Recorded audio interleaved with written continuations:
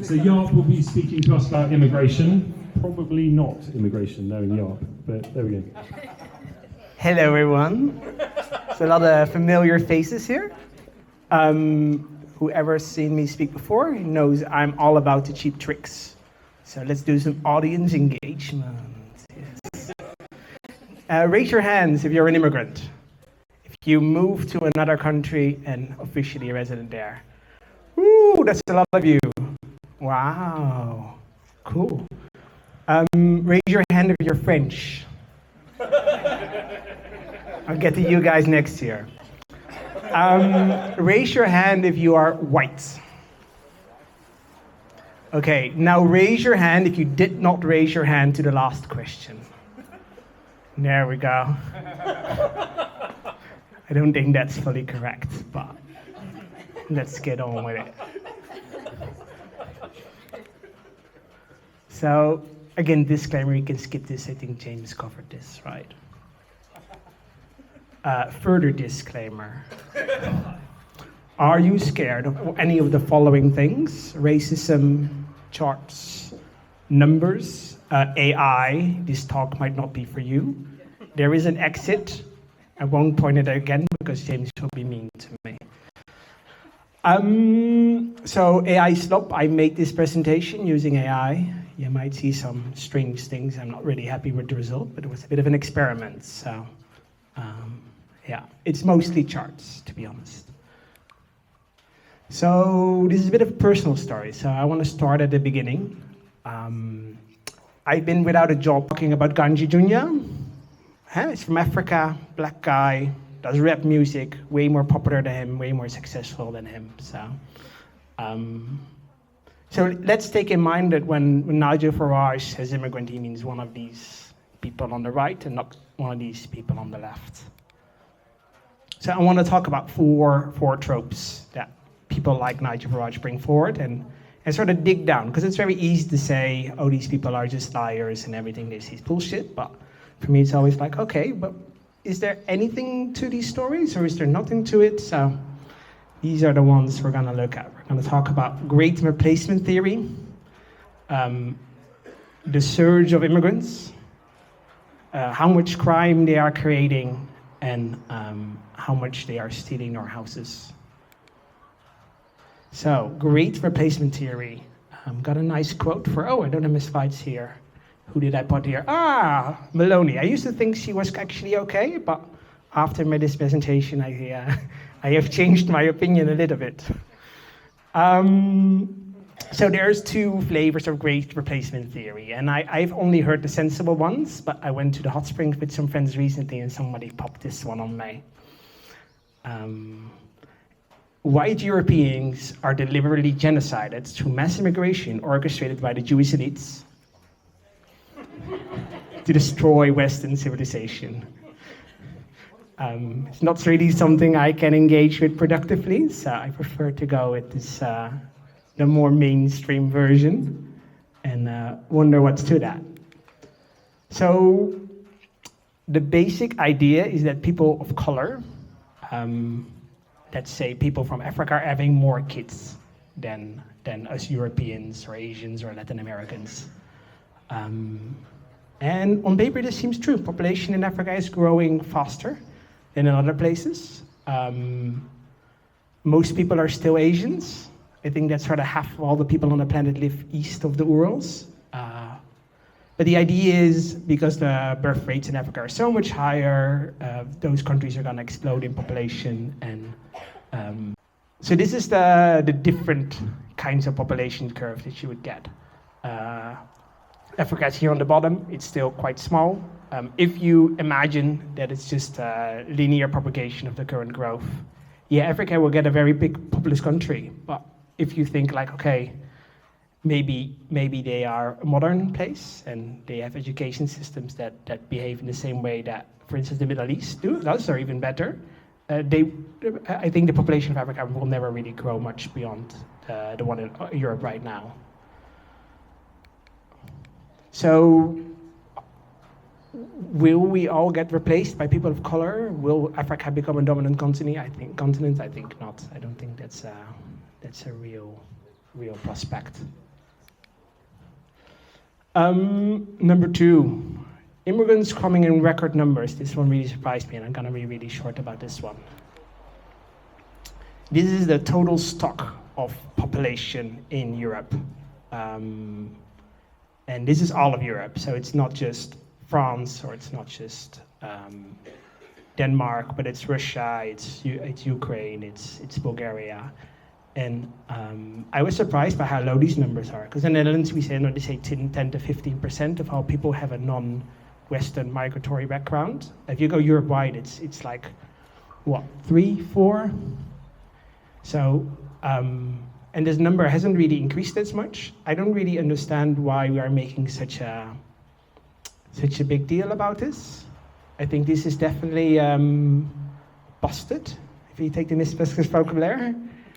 On the other side, quite a lot of Europeans are immigrating outwards. So the percentage is going down because the world is growing faster than we can invade other countries. But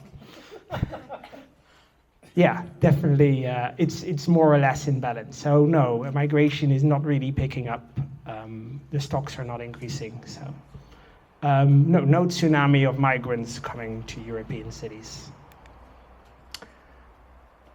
This is the most fascinating one to me, because if you follow the media, where these gangs actually come from is a different question. So let's add some truly violent countries, so Russia and Bulgaria. They show the same decrease, right? Is the falling of part of communism was definitely part of a crime wave that these countries had.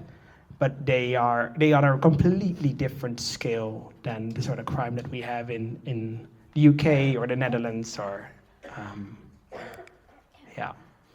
So if you start to pull this apart over all of Europe, you basically end up with four clusters. Western Europe, crime has just been going down since the 90s. Everybody's too old, too tired to really commit a murder. We just want to have our coffee, and I think most immigrants into US and Europe, they are joining this trend, and they also enjoy their coffee. Second cluster is former Balkan countries. So they had Josip Broz Tito, which was apparently not as much a disaster as Stalin. So the former Soviet countries, the murder rates in those countries still to this very day, they are 4 or 5 times higher than the rest of Europe. And then there's Russia, which is, even before the war, was the murder capital of Europe. This surprised me, because I never felt unsafe in Moscow, so apparently my safety sensor is off, but it's a completely different scale. So is immigration a source of crime? If we are allowed to use murder rate as a proxy, I think communism is a far better predictor of crime than any sort of migration story is. Number 4, immigrants are stealing our homes. I think Nigel Farage is especially upset about it because he doesn't want Rishi Sunak to stay in number 10. So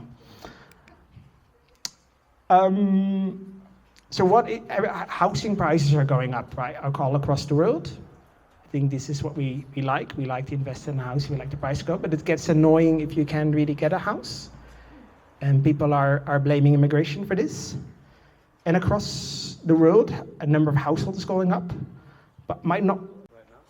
I'm guessing it's Mohammed. So